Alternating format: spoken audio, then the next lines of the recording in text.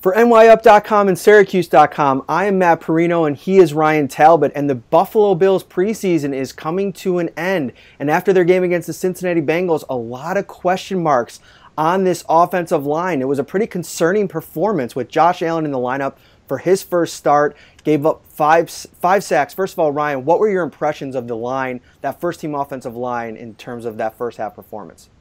Well, I was really worried about the interior of the offensive line. Obviously, at left tackle, Dean Dawkins wasn't playing. They had Marshall Newhouse in there, so that would be a little bit different in the regular season. But on the interior, they had Vlad DeCoste, who really struggled. There was one play where Geno Atkins literally pushed him into Josh Allen to get a sack of Josh Allen.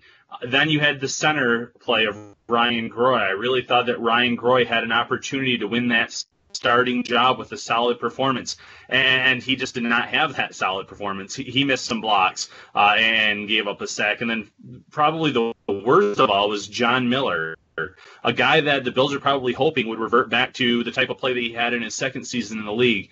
But instead, he had 3 penalties called against him and was probably responsible for 2 sacks. Here, but let me be a little bit put a little bit of a positive spin on things. You know, this is just a third preseason game. This is a brand new unit that's playing together. You know, you have a lot of guys with a lot of inexperience. I mean, DeCoste played last season at right guard. You're moving him over to left guard. You're going to see a production drop when you're replacing a Pro Bowler like Richie Incognito. Expect that off the bat. It's going to take time. First of all, DeCoste has been playing all training camp and preseason with Dean Dawkins, had a new guy standing next to him in Marshall Newhouse. So it may not be as bad as, you know, that looked. I think that, you know, the fact that they're not running the typical scheme, trying not to put everything out on the field in the preseason, that's something to, you know, take some solace in. But I think that, you know, the running game looked good at times. I think that's another positive to take away from this game. Marcus Murphy had a couple good runs. Chris Ivory, a guy that has probably had just a handful of carries this preseason. I think that this is a guy that's going to play a large role on this team with LeSean McCoy, now 30 years old. You know, you never know. Even if he's the same guy, which, you know, for all intents and purposes, he looks like that. He's going to have some, you know, some days where he's not that you don't want to run him into the ground during the regular season. I think having Chris Ivory in that backfield is going to help. Yeah, absolutely. Like you said, the run game has been impressive this preseason. It was impressive against the Bengals.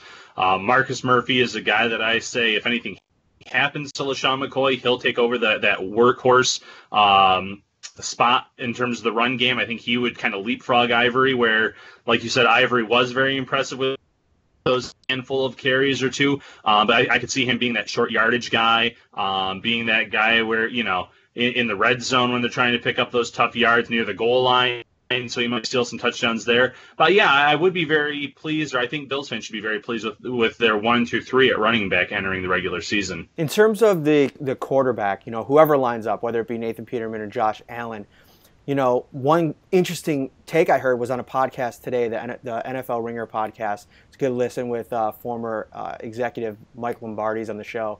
And he was talking about the fact that the line's going to be bad for Peterman and it's going to be bad for Josh Allen. So his argument was to just run Josh Allen out there now, let him get the reps. I know that you have a differing opinion on that because of what we talked about with Nathan Peterman, but that is a true, you know, statement. What's your takeaway on that? You know, it's not a bad argument in terms of get Josh Allen out there, get him the experience, make him understand that he has to get that ball out quicker. But I always go back in my mind to 2 quarterbacks. I go back to David Carr of the Texans. When they brought him in, when they drafted him first overall, the Texans had no offensive line. It was a very poor, horrendous offensive line at that. And he took a lot of sacks, and I really think that that played a role in his limited development as a rookie. I think it played a big role in his development overall in his NFL career, because I think he was a guy that had talent, had promise in this league, and I think that set him back. And then I go back all the way to Tim Couch with the Browns. Again, a situation where here's a guy that took a lot of sacks, got banged up a little bit, and never really turned into the quarterback that they thought they were getting when they drafted him first overall. So there's pros and cons to both situations. I understand that you can't just say we're going to wait for the perfect situation to get Josh Allen to the lineup, because there will never be a perfect situation. You're not going to have 5 all-pro guys on your line. You're not always going to have LeSean McCoy, you know, making the passing game easier for him, because there will be games games where he gets bottled up by better, really good defensive teams. So there will never be an ideal situation to get him in. But the key thing is the Bills need to say, this guy's ready.